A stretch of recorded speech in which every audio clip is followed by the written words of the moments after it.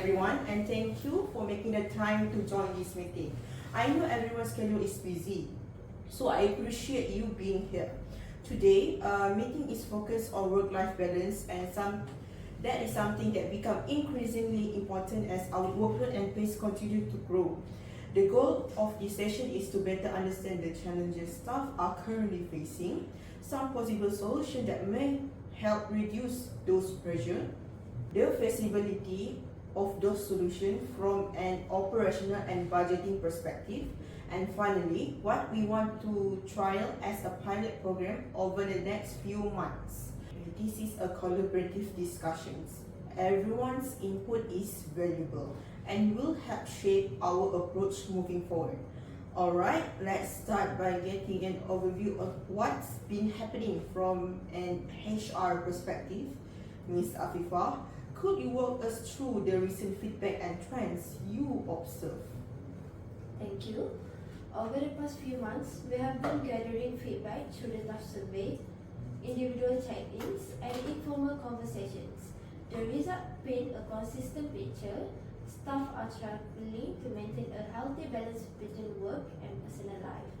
Some key findings include about 65% of staff reported difficulty keeping up with their workload, especially during peak periods. A significant number mentioned feeling pressure, either formally or informally, to work beyond normal hours to stay on top of tasks. We have also recorded an increase in stress-related leave as well as more frequent unplanned absence. This tells us people are reaching the point of burnout. Also, there are a few common comments from staff included. More flexible hours would really help them. Deadlines tend to pile up and it's hard to prioritize. Also, we would love more team bonding activities, not just work-focused interactions. So, all this positive takeaway is that staff still express strong loyalty to the organization. It means they enjoy the work, they value the culture, and they feel support. But they also feel stretched thin. If we don't address this issue, we risk declines in morale, productivity, and also retention.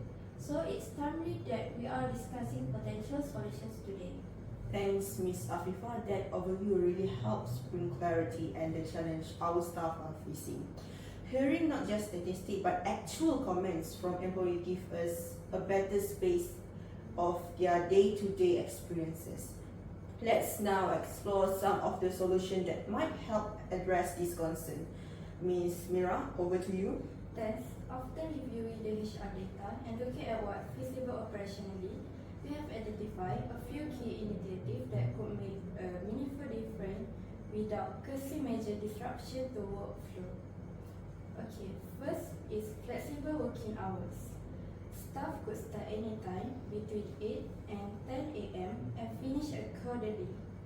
This helps people manage school runs, avoid peak traffic, or fit in personal appointments without needing special approval. Co-collaboration hours, say 10 a.m. to 3 p.m. would be still maintained. The second one is 2 paid inter-health days per year. This day would be separate from sick leave and annual leave.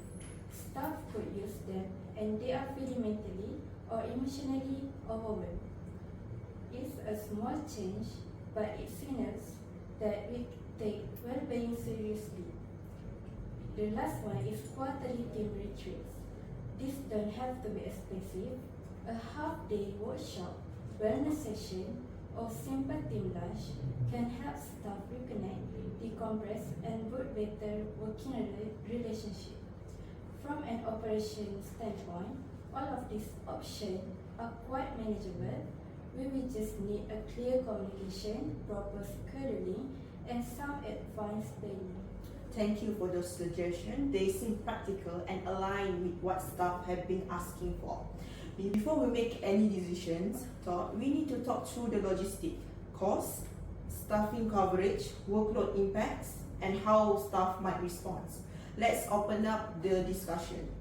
Ms. Afifah, maybe you can start us off. I think the flexible hours will work well, especially if we set clear guidelines around availability and communications. It's something many organizations have already implemented with great success. The mental health days are also straightforward. They would be easy to record and they give employees a chance to rest before they reach burnout. And the retreats, while simple, would have a big impact on morale. We have had feedback that people miss the sense of community we used to have. Even small, low-cost team building activities would always go a long way. Okay. From an operational view, the only real challenge will be scheduling during peak periods, but with a shared calendar, team coordination, and perhaps a rotating system for certain roles, it's definitely manageable. For the retreats, we can plan them well in advance to minimize disruption. For me, speaking on behalf of the team, I can say with confidence that staff would love this idea. Flexibility, even small amount, it can really reduce stress.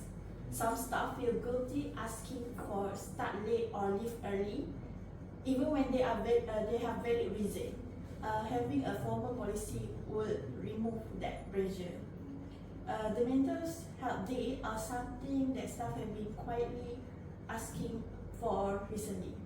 Many people push through exhaustion because they don't want to use annual leave for rest. As for retreat, people generally miss connecting with colleagues. Many feel isolated, especially with how busy work has got. A half-day retreat could really help rebuild those connections. Do we need a large budget for the retreats? Not at all. Even low-cost activities like local values or simple workshop can have a positive impact.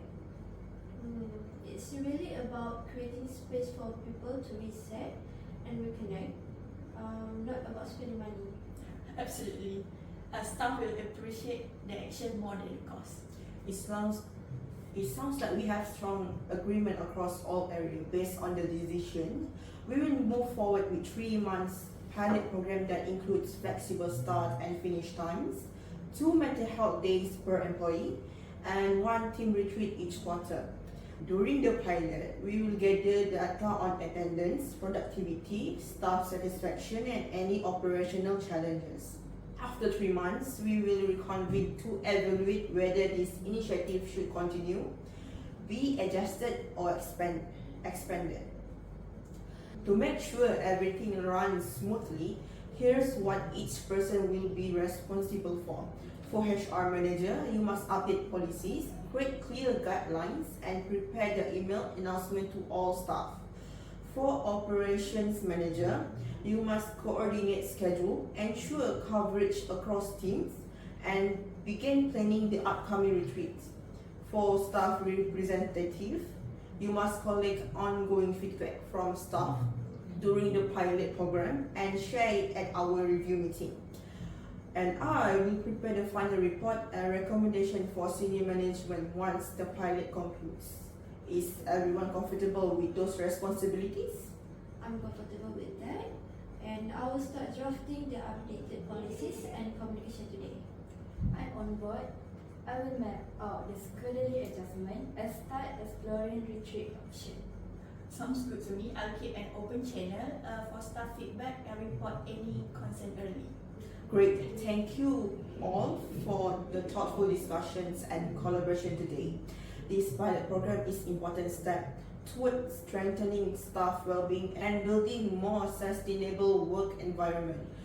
We will be meeting again in 3 months to review the outcomes, including attendance records, staff feedback, and any change in stress levels. Thanks again for your time and contribution. Meeting closed. Have a great day, everyone. Thank you.